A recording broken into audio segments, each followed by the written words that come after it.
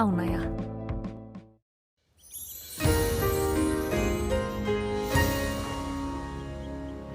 Já, komið sæl. Það talsverður lagagangur framöndan hjá okkur næstu dagana. Það lag sem að kemur upp á landinu á morgun með og skilin fara yfir landið og síðan á aðfararnótt mánudags þá kemur næsta lag til okkar og hún verður nú svona talsverð öflugri heldur en þessi sem heimsækir okkur á morgun og síðan sjáum við hérna suður af Grænlandi að þar talsverð mikil gerjun og spár að gera ráð fyrir því að lagðin þar muni koma til okkar á þriðjudaginn, spurning nokkur óviss það nákvæmlega hvar hún lendir. En á hitasviðinu að þá sjáum við að við erum í sæmilega mildu lofti þó að kalda lofti sé farið að nálgast okkur að þá muni þessar lagðir koma með milt loft til okkar þannig að það muni ekkert kólna mikið hjá okkur en þó fara nú hitatölurnar niður á við þegar það kemur fram í næstu viku.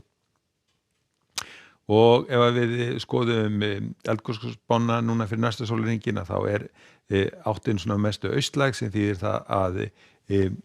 mengunin frá eldgosinu mun fara vestur á bóginn og væntanlega yfir Reykjanesið og gæti orðið eitthvað vart mengun í Reykjanesbæ og þar kring. Ef við skoðum síðan hvernig þróunin næsta sólarhringinn að þá svona smá saman að lægja og stytta upp hjá okkur í nótt þannig að fyrri hluti nætur ættir að verða nokkuð rólegur en síðan þegar kemur fram á seinni partina þá byrjar vindur að vaxa úr austri og suðaustri og snemma í fyrramáli fer væntanlega að rigna við suðurströndina þegar skilin að koma inn á landið og síðan þegar komið fram á miðjan daga þá verður komið rigning allt sunnanvert landið en eins og við sjáum á kortinu sem gildir klukkan 15 á morgun þá rigning allt sunnanvert landið og tegir sig hérna vestur á bóginn líka en norðanlands ætti að verða þurrt og geti orðið nokkuð bjart hérna á norðausturlandi geti talsvert í sólar svona einhver fyrirluta dags en síðan þegar líður á daginn og kemur fram á annað kvölda þá muni þessi skil ganga einnig yfir norðanvert landið þá fyrir að rigna þar einnig. Og á sunnudeginum að þá verða skilin komin norður á landinu þannig að þá verður svona suðlæg átt í kortunum hjá okkur farið að létta aftur til landið norðanvert en getur nú gert ráð fyrir því að það verður svona einhverjar skúraleiðingar landið sunnanvert en vindur svona nokkuð hægur en síðan á aðfararnótt mánudags að þá kemur nýlað upp á landinu og hún ætlar að fara yfir landið á mánudeginum þannig að það verður rigning allt land á mánudag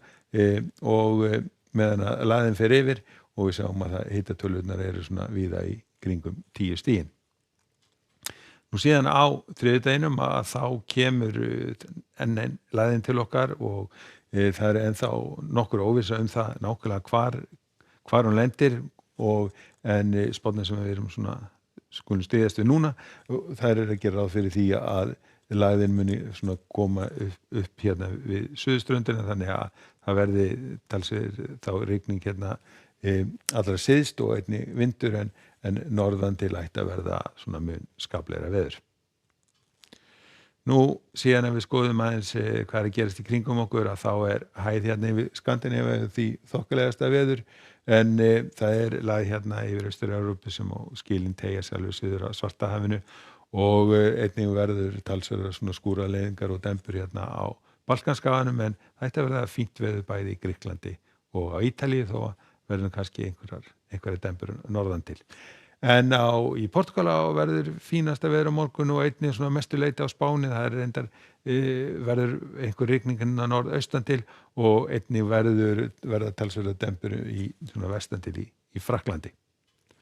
Ef við förum sér vestur hafa þá nú